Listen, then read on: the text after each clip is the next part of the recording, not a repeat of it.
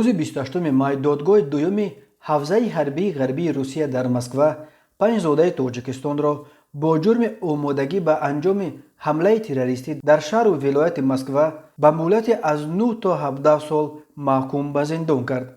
دادگاه گفت این 5 نفر از نام سازمان تروریستی داعش قصد انجام حمله داشتند، ولی هیچ کدام از محکوم شدگان این اتهام را قبول نکرده است. خبرنگار اینترفاکس از تالار دادگاه خبر داد که یکی از محکوم شدگان بعد انجام مرافعه فریاد کشید است که اون چیزی که در گردن ما زدند ما نکردیم، این پرونده همش بافته است. وکیل یکی از محکوم شده ها گفته است که هیچ کدام از محکوم شدگان از حکم صادر شده راضی نیستند و از این حکم شکایت خواهند برد. با قرار دادگاه حربی نورالله رجبوف که تفتیشات او را رهبر این پنجگانه می شمارد به 17 سال زندان، لطفالله عربوف به 15، میرزا محمد میرزایف به 12، نیمان حاجیف به 11 و شادمان شاکروف به 9 سال زندان محکوم شدند. حکم خود را آنها باید در کلانی‌های نظامش سنگین ادا کنند. جزئیات پرونده را به دلیل مخفی بودنش در دادگاه آشکار نکردند،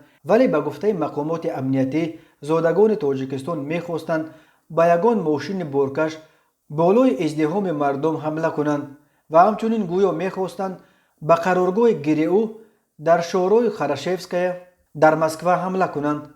انتبه خبر داد که این 5 نفر همچنان می‌خواستند یگان بانک را غارت کرده پول گرفتهشان را به تاج‌الدین نظروف ملقب به ابو اسامه نارکی، یکی از جنگیان مشهور تاجیک داعش، بفرستند. ابو اسامه را در تاجیکستان به جلب بیش از 100 شهروند تاجیک به صف داعش ایبدار می‌کنند و می‌گویند به دام فریب او اساساً مهاجران کاری در روسیه می‌افتادند. این 5 مهاجر تاجیک در مسکو صاحب یک آشخانه غذاهای ملی بودند. آنها را کارمندان FSB هنوز 25 اکتبر سال 2018 دستگیر کردند. FSB گفته بود که هنگام بازداشت از آنها 2 اتومات کلاشنیکوف، پیستولت تروماتیکی و پرچم سیاه داعش یافت و مصادره شده است.